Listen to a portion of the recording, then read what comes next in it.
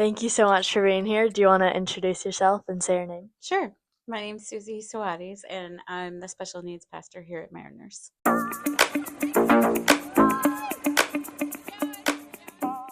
How did you get involved with the special needs community? Well, it was actually when my son was born. A couple of years after he was born, when he was about 3, we recognized that he probably had autism and started to go through the process of diagnosis. And at the same time, I was already working at a church in kids ministry.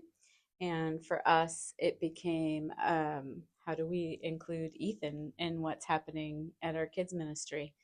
And it was through that process that then I recognized how many more families there actually were that were in the same boat, that wanted their kids to be included at church, but oftentimes there wasn't a place for them. Yeah. And how did your perspective change before and after having Ethan? So much of my perspective changed. I think I just didn't have nearly enough exposure to people who have special needs, and um, I just didn't. I never really took the time to stop and consider what life might be like for them. And so, after having Ethan and just watching the impact for not only for him and his experience, but then watching our other children as siblings, what they go through, and how they experience life, and then how just it impacts the whole family. And I think I just missed a huge opportunity before that without knowing what I was missing. And Yeah. so it really was a gift to be able to meet a whole new community that I didn't even know. Yeah. Yeah, I totally agree. Um, what is your favorite thing about the special needs community? I think, oh, there's so much. I could take all day on this. Um, I love how much they just love and enjoy life at face value. Like whatever's happening in the moment, they're oftentimes so easily right there in the moment Yeah. of whatever's happening. And it doesn't take anything crazy or big to get them excited. Something just as simple, just simple joys in Yeah. life. I think they appreciate so much more because they're not concerned about the same things that Hmm. everyone else is concerned about. Yeah. So their values are a little bit different in some cases. Not all, you know. I think at the core, everybody wants a place where they can belong, and so I think things like that matter. But I've just seen how much, like, oh my goodness, I know my son and even spending time with your brother and so many of our friends, Hmm. like they just enjoy and have fun so much easier, I think, than the rest of Yeah. us. Yeah. Yeah. So that's one of my favorite things. Would you say that you think someone with, or for the most part, people with special needs have more joy than a typical person? That's hard to say. From the outside, it sure looks like it. Hmm. Um, I think that for my own son, I watch how excited he gets about the littlest things, and and I also think that it's partially like we get to see God's image in all of us. You know, God's image is there, but I think that for people with special needs, in some cases, you get to see so much more of that more clearly. Yeah. And so I think that their perspective is just different. Hmm. The things that really matter in life are the things that they're thinking about. They're not thinking about the same things that so many of the rest of us are worried and thinking about. Yeah. Yeah. Yeah, for sure. In what ways have you personally been changed because of the special needs community? Oh my goodness. I feel like God has taught me so much, um, like through my son, through other individuals with special needs. Because I will, for instance, I will be with my son and I will just see how much love and how much I want for him in a situation. And then God reminds me, like, that's how he feels about me at the same time. And just recently, an example of that is, every weekend at our church services, at the end of the services, um, the pastor always says, extend your hands for a blessing before the end of service. And so, as we've attended Mariners, and Ethan attends with us, he watches everybody extend their hands, and we've shown him how to extend his Yeah. hands. And almost every single time, he slides his hand into my hands. Aw. And at first, I thought it was like he didn't understand, Yeah. like, oh, you're just supposed to extend your hands. And then just repeatedly, he keeps the one out, but the other Yeah. one he sticks in mine. And it just hit me so hard how much, like, God has provided for me so much love through Ethan. Yeah. And so I feel like I get an extra blessing every time I Yeah. get to extend my hands, Yeah. and he places his hand in mine. Yeah. So would you say your faith has grown a lot just since having Ethan and being more involved in the special needs community? Absolutely. I've I've seen I think I've experienced God's love in a deeper way than I would have without him, for sure. And like I said earlier, it's all the other people then that I've been exposed to that I wouldn't have known. Yeah. There wouldn't have been a reason for me to know this community otherwise. And so it makes me a little sad that so many people are missing out on the blessing, Mm-hmm. because just like everyone else, they have something to offer. Yeah. And so I think my faith has grown watching Ethan overcome things, asking God for certain things for Ethan, and watching God answer in such incredible ways where it was so clearly only God that could have answered that prayer. And so it continually increases my faith. Yeah, that's good. What do you think the biggest misconception people have about this community of people? Oof, that's tough.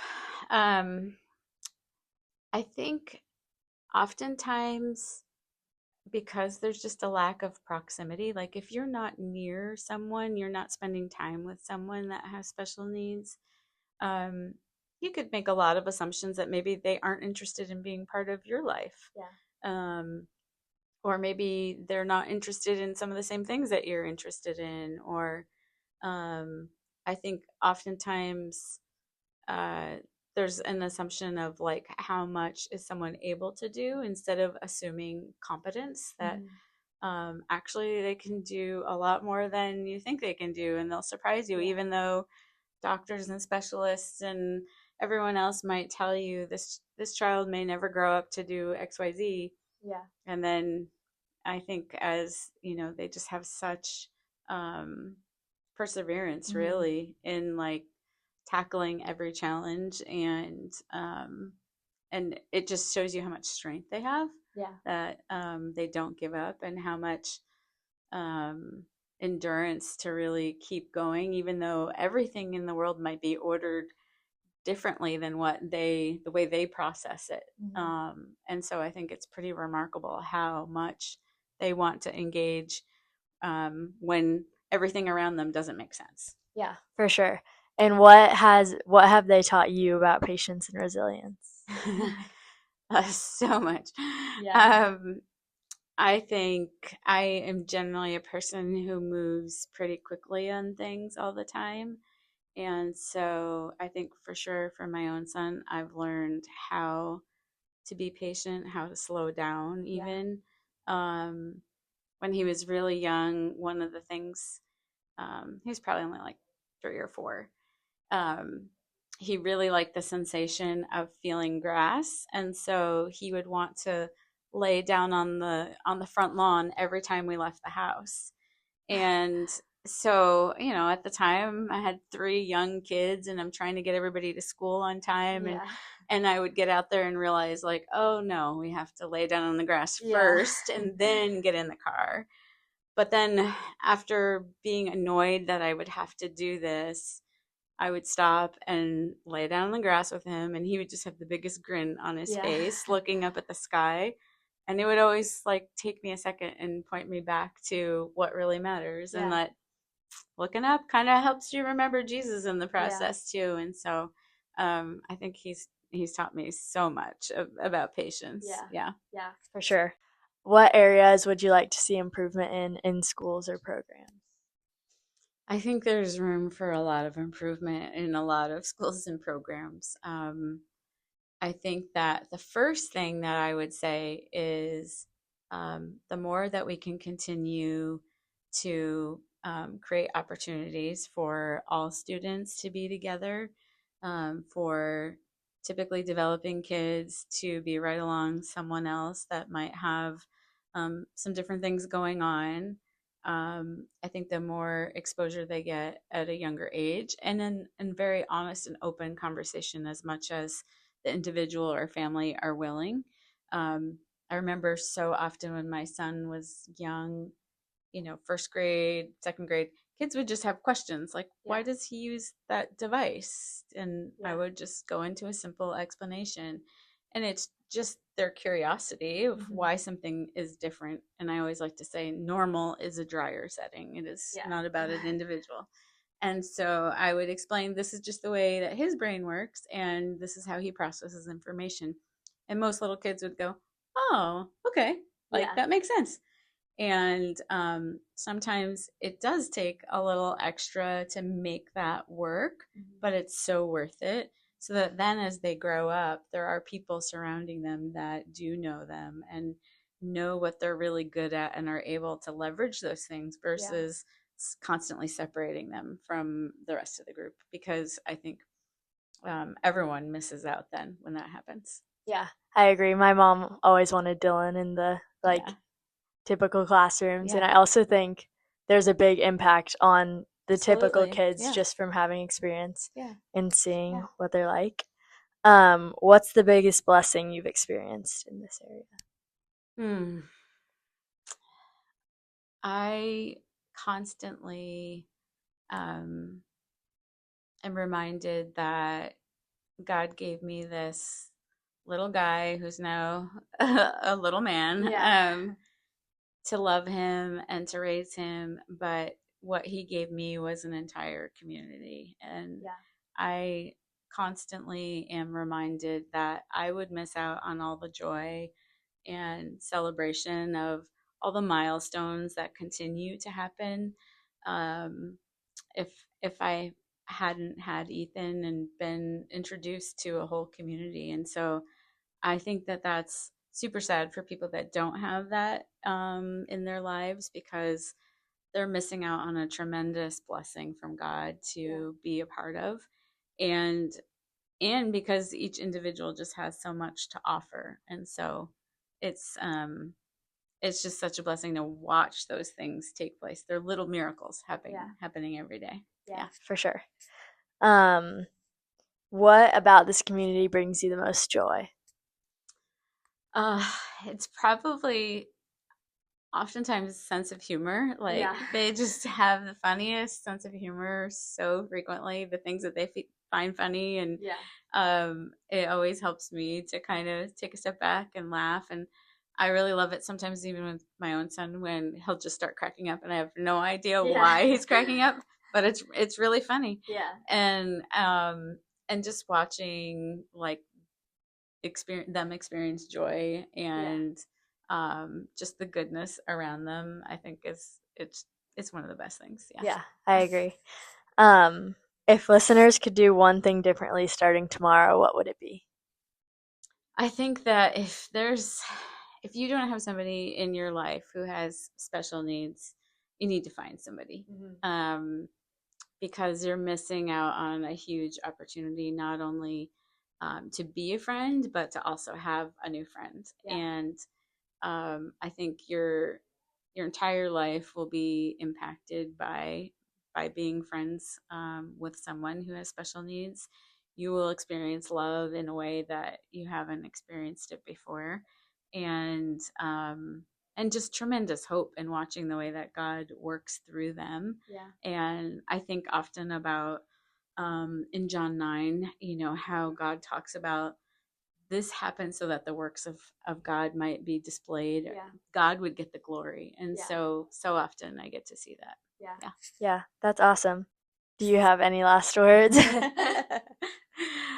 I could talk about this all day. I I think that the way that God has brought Ethan into my life and so many other people that we know. I'm just so grateful, really. I'm grateful for people like you that have created a place for people with special needs, because our church has been changed by it, by an opportunity for teenagers to hang out and to know that they're loved and to have a place to belong. And literally hundreds of people have been exposed to that in the last 3 years because of you. So I'm super Thank grateful. you. Yes, and you too. You've made such an impact at this church and beyond. But thank you so much Thank for you. being here.